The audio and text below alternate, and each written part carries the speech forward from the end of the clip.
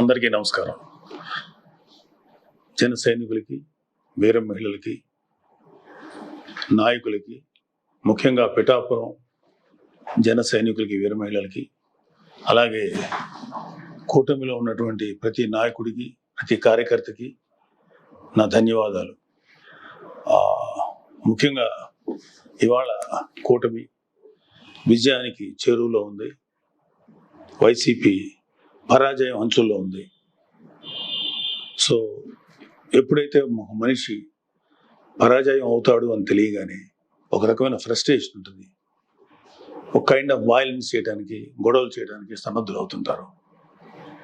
మీ అందరికీ నా విన్నపం ఏంటంటే, ముఖ్యంగా జన సైనికులకి, వీర మహిళలకి, నాయకులకి, రేపు ఓట్ల లెక్కింపు సమయంలో మనం సమయం పాటించి ప్రభుత్వానికి, ఎన్నికల సంఘం వారికి, పోలీసులకి మనం చక్కగా సహకరిద్దాం. అలాగే వైసీపీ వారి యొక్క ఎటువంటి కవింపు చర్యలకి ప్రతిస్పందించద్దు అని చెప్పి మిమ్మల్ని అందరినీ మనస్ఫూర్తిగా కోరుకుంటున్నాను.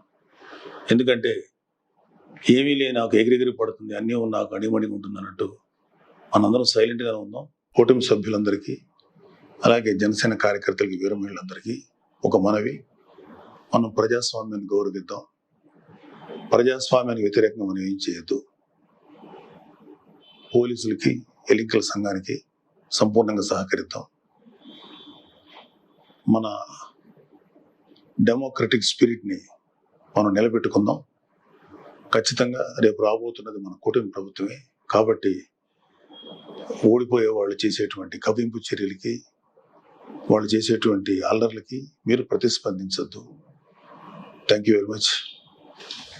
All the best.